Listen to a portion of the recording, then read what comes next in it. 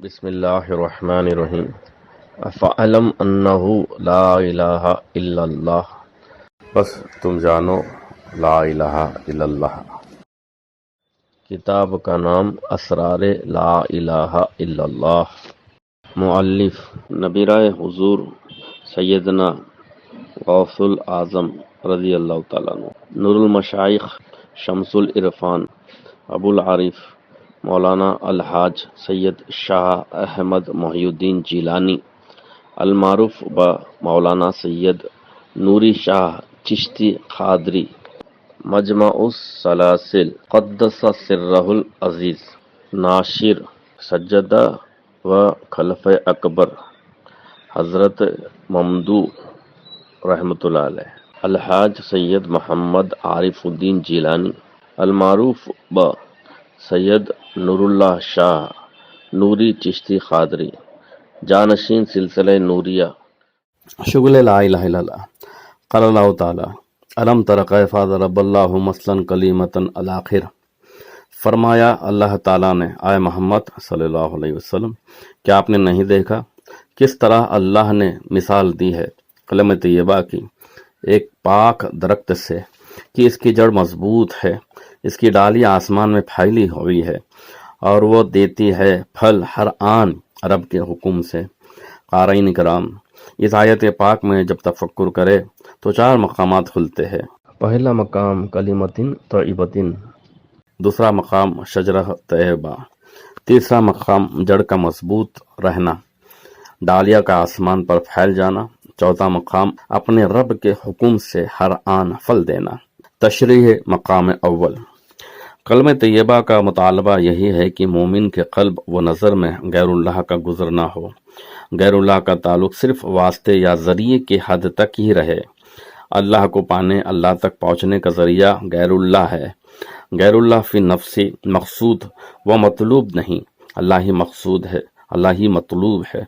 جب بندہ مومن نے مخلوق سے ذات و صفات و افعال آثار اللہ کی نفی کی تو مخلوق محض ایک جسم بلا جان اور ایک ہیکل بلا شکل کے رہ جاتی ہے۔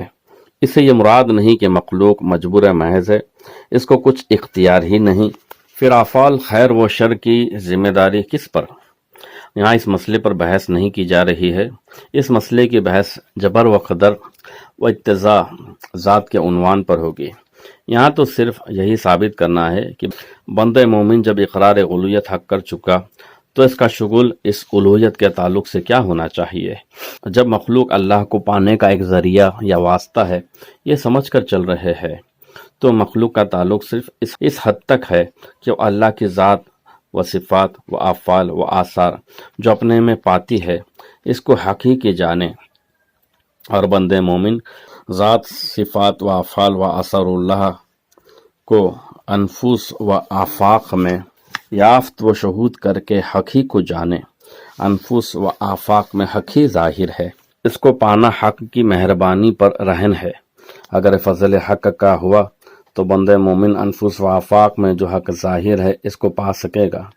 کما قال اللہ تعالی سنورہم آیاتنا فی الآفاق وفی انفسہم حتی یتبین لہم انہ الحق، ان قریب ہم دکھائیں گے ان کو اپنی نشانیاں انفس و آفاق میں یہاں تک کہ حق ظاہر ہو جائے۔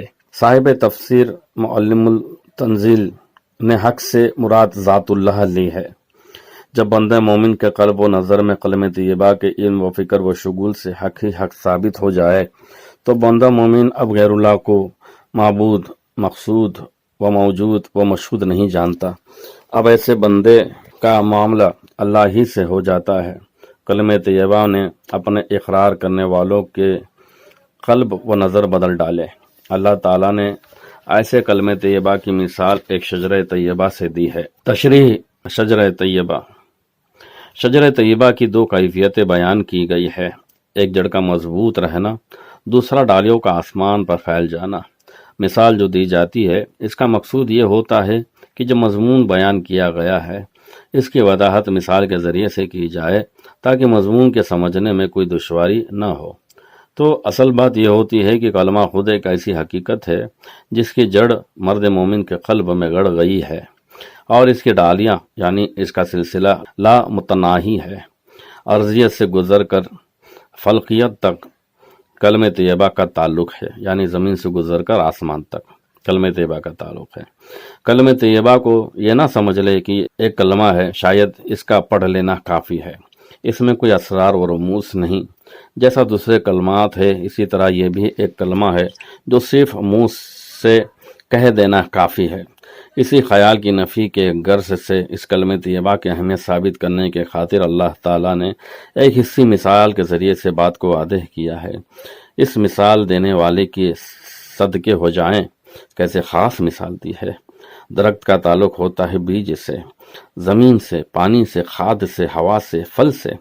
درخت کا لگانے والا پہلے یہ سوچتا ہے کہ جو درخت لگایا جا رہا ہے اس کے بیج نہایت اچھے ہونے چاہیے، زمین جہاں درخت اگے گا نہایت اچھی ہونی چاہیے تاکہ بیج خراب نہ ہو جائے، اور کھاد ایسی دینی چاہیے کہ زمین کو خوب قوت ملے تاکہ درخت پوری قوت سے پرورش کر سکے۔ پانی بر وقت دیا جائے تاکہ درخت خوب تر و تازہ رہے۔ ہوا بھی ایسے اندازے سے چلے کہ اس کے جڑ نہ اکھاڑ دے، اور پھل بھی خوب نکلے تاکہ سرا بہار رہے۔ اللہ تعالیٰ نے جس شجر کی مثال دی ہے، اس کی حقیقت یہ ہے کہ اس شجر کی بیج سے مراد توفیق الہیہ ہے، جو مرد مومن کے قلب میں کلمہ طیبہ کے تعلق سے ڈالی جاتی ہے۔ زمین سے مراد قلب مومن ہے، جہاں شجر کی جڑ مضبوط رہتی ہے۔ پانی سے مراد رحمت حق ہے، جس کی وجہ سے بندہ کلمہ طیبہ کی قبولیت کی طرف مائل ہو جاتا ہے۔ کھاد سے مراد انبیاء علیہ السلام کی تعلیمات ہے، جس کی وجہ سے مرد مومن کے قلب میں ایمان جگہ حاصل کر لیتا ہے۔ ہوا سے مراد مجاہدات ہے، جس کے باعث مرد مومن شیطانی اور طاغوتی قوتوں کا مقابلہ کر کے اپنے ایمان پر جمع رہتا ہے۔ جب بندے مومن ایمان قبول کرتا ہے، وساوس شیطان اس کو پریشان کرتے رہتے ہیں۔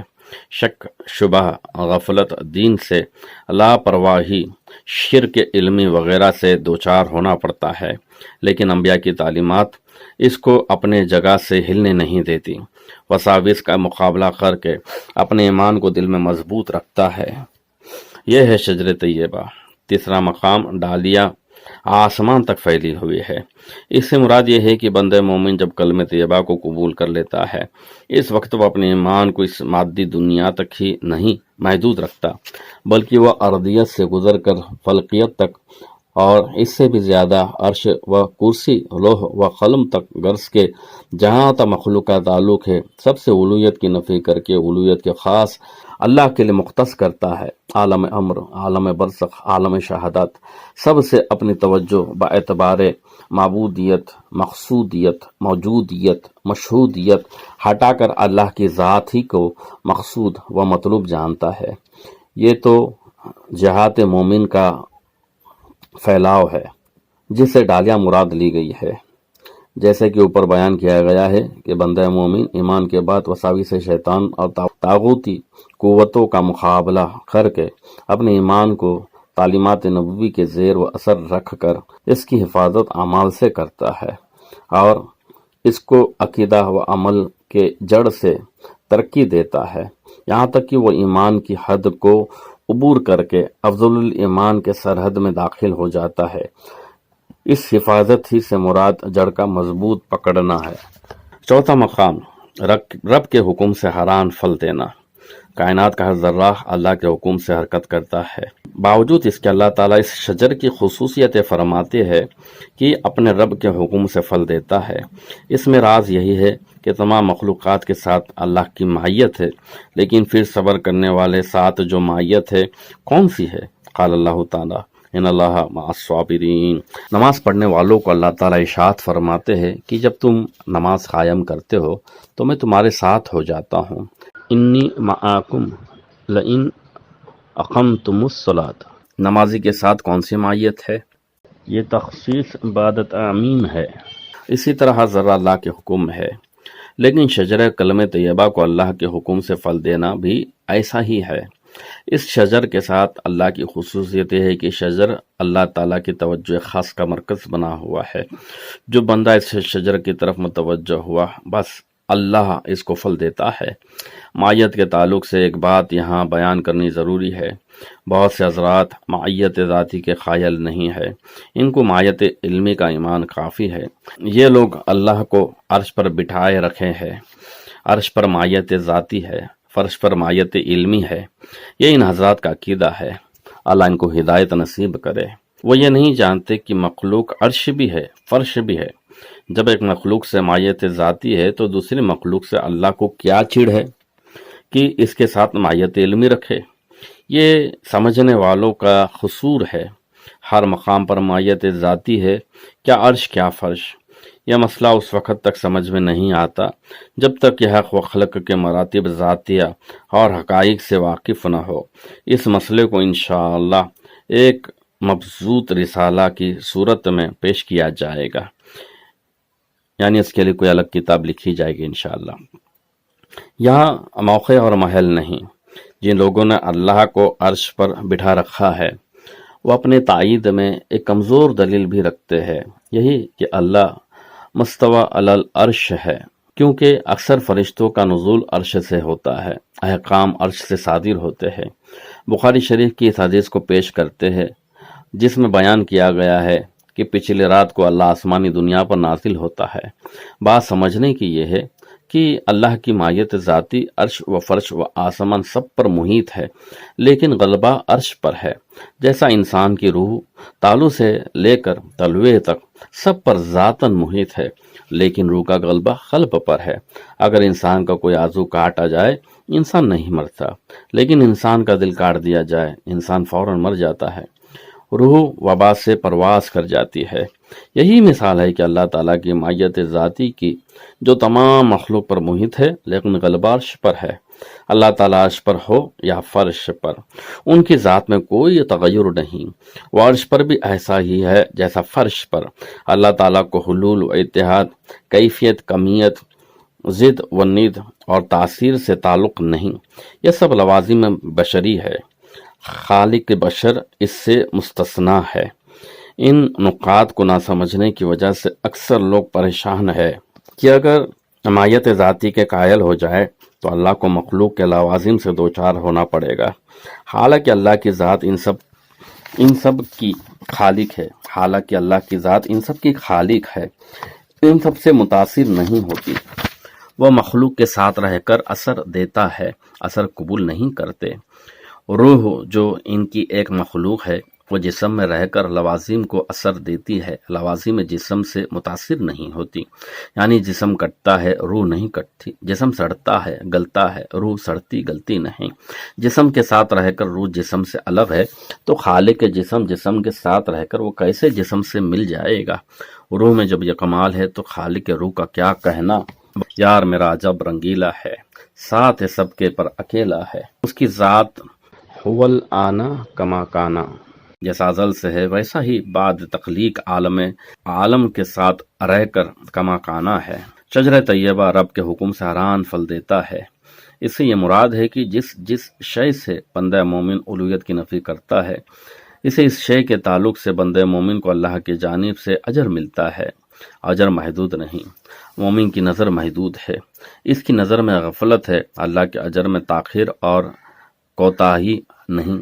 اب بندہ مومن کو یہ مقام کا اندازہ ہونا چاہیے کہ اس کا رب اس کو ہمیشہ مالا مال کرنے کو تیار ہے، لیکن بندہ خود غافل رہتا ہے اجر کو حاصل کرنے سے۔